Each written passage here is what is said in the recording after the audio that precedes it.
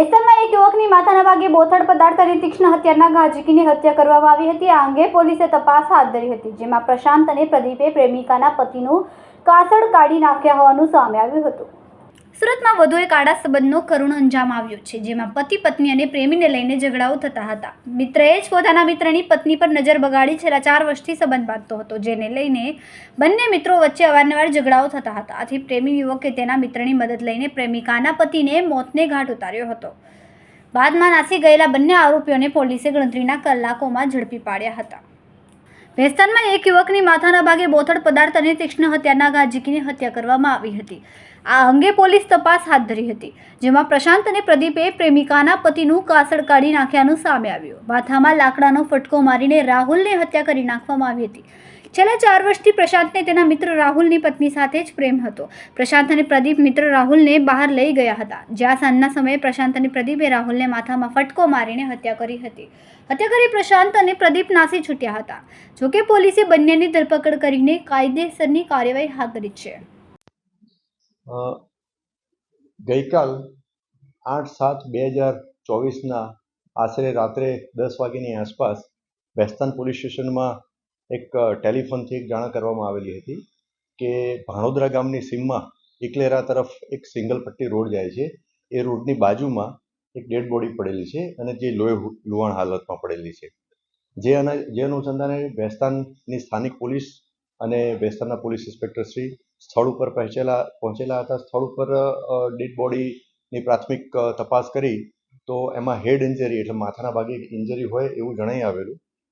આસપાસ થોડી તપાસ કરી તો એને બીજી પણ ઇન્જરીઓ અને બ્લડ નીકળેલું હતું, જેથી એની ડેડ બોડીને આઈડેન્ટિફાઈ કરવા માટે સ્થાનિક લેવલે પ્રયત્ન કર્યા અને ખૂબ જ ઝડપથી આ ડેડ બોડી આઈડેન્ટિફાઈ થઈ ગઈ અને એ જે ભોગ બનનાર હતા એ રાહુલ દિલીપભાઈ પાટીલ કરીને જણાઈ આવ્યું। એના ઉપરથી થોડી આગળ તપાસ હાથ ધરતા એના સગા સંબંધી એટલે કે એની પત્ની અને એના ભાઈ એની તપાસ કરતા મળી આવેલા અને એ એના પત્ની અને એના ભાઈની લાવી અને પૂછપરછ કરતા આ સંબંધે 2 આરોપીઓએ આનું જે ભોગ બનનાર જે છે રાહુલ પાટીલ એનું મર્ડર કરેલાનું ડિસ્ક્લોઝ થતાં આ અનુસંધાને વેસ્ટર્ન પોલીસ સ્ટેશનમાં એક મર્ડરનો ગુનો દાખલ કરવામાં આવ્યો।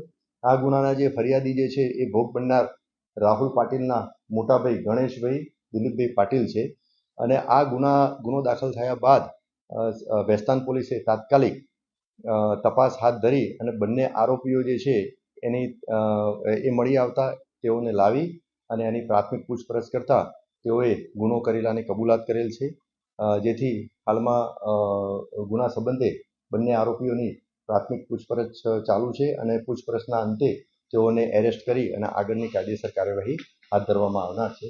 આ બંને આરોપીઓના નામ આપને જણાવું તો એક આરોપી પ્રશાંત હીરામણ શિંદે, એની ઉંમર 25 વર્ષ છે અને એ નીલગિરી લિંબાયત વિસ્તારનો રહેવાસી છે અને બીજો આરોપી જે છે પ્રદીપ કૈલાસભાઈ પાટીલ, એની ઉંમર વર્ષ 26 છે।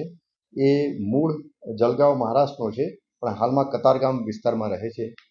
આ બંને પૈકી જે પ્રશાંત હીરામણ શિંદે જે આરોપી જે છે એના અને હાલના જે ભોગ બનનારની પત્ની એના આડા સંબંધનો પણ શક વહેમ હતો અને એ અનુસંધાને જ અવારનવાર ભોગ બનનાર અને પ્રશાંતના ઝઘડા થતા હતા, જેની અદાવત રાખીને જ આ પ્રશાંત શિંદે અને એના ભાઈબંધ પ્રદીપ પાટીલ એ બંને ભેગા થઈ અને આ ભોગ બનનારને ઘરેથી લઈ જઈ અને પછી ભાણોદરા ગામની સીમમાં જ્યાં બનાવ બન્યો છે એ જગ્યાએ લઈ ગયા અને ત્યાં જઈ અને માથાના ભાગે બોથડ પદાર્થથી મારી ઈજા કરી અને એનું મોત નિપજાવેલ છે।